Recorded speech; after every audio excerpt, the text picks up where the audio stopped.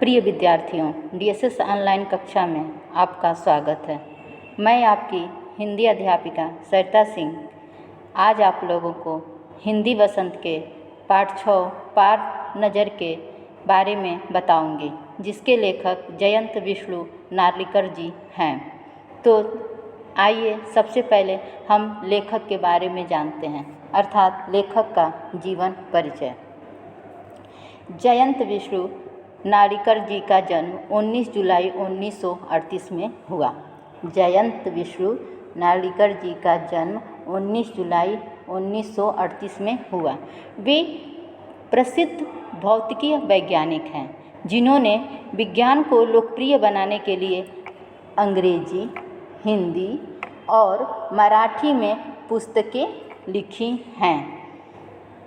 उन्होंने विज्ञान को लोकप्रिय बनाने के लिए अंग्रेजी, हिंदी और मराठी में पुस्तकें लिखी हैं। उनकी प्रारंभिक शिक्षा वाराणसी में हुई है।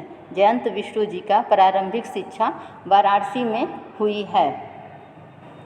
बनारस में स्नातक की उपाधि लेने के बाद कैम्ब्रिज विश्वविद्यालय चले गए। कैम्ब्रिज विश्वविद्यालय तो ये कहाँ स्थित है? तो कैम्ब्रिज विश्वविद्यालय इंग्लैंड के कैम्ब्रिज शहर में स्थित है। यह इंग्लैंड में स्थित है। यह अंग्रेजी भाषी देशों में दूसरा सबसे पुराना और यूरोप में चौथा सबसे पुराना क्या है? विश्वविद्यालय है। तो बनारस से स्नातक की उपाधि लेने के बाद ये कैम्ब्रिज विश्वविद्यालय चले गए।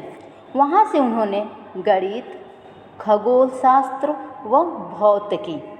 तो खगोल शास्त्र की खगोल शास्त्र क्या है? आकाश में ग्रहों आदि की गतिविधियों का ज्ञान कराने वाली विद्या, जिसको हम लोग खगोल शास्त्र कहते हैं।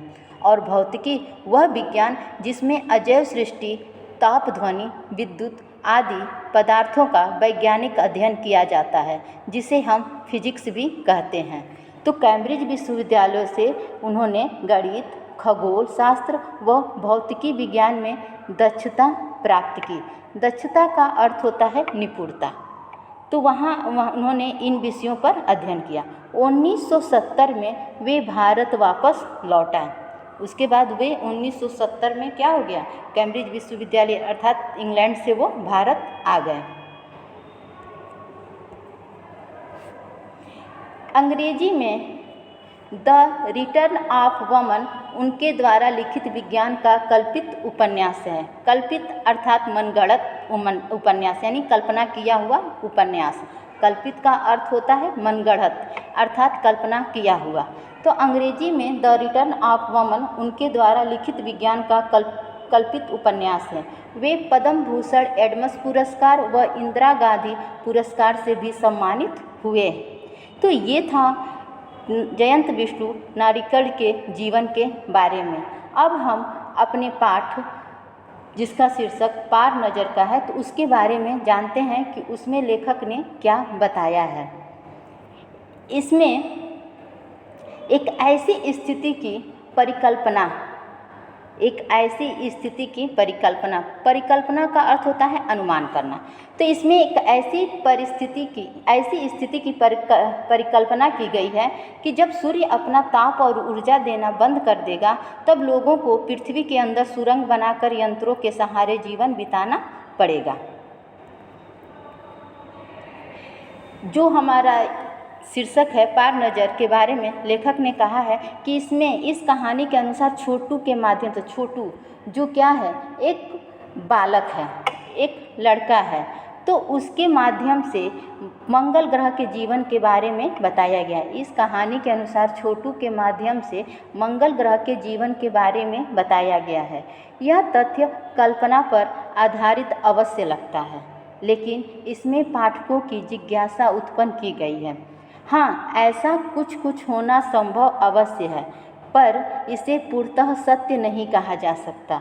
यह एक वैज्ञानिक पृष्ठभूमि पर रची गई काल्पनिक कहानी है। मतलब यह एक वैज्ञानिक द्वारा रची गई क्या है? काल्पनिक, यानी मनगढ़ंत कहानी कहा जा सकता है। इसे पढ़कर हमारे ज्ञान में अवश्य वृद्धि होती है। जो हम यह पाठ को पढ़ेंगे तो इसे पढ़ने से हमारे ज्ञान में क्या होगी? वृद्धि उत्पन्न होगी। तो ये था पार नज़र के लेखक के बारे में, जयंत विष्णु नालिकर जी के बारे में, और उसके शीर्षक पार नज़र के उसकी सारांश कि उसमें लेखक ने हमें क्या बताया है। अगले वीडियो में हम इसको पढ़ेंगे और उसकी व्याख्या करेंगे। धन्यवाद।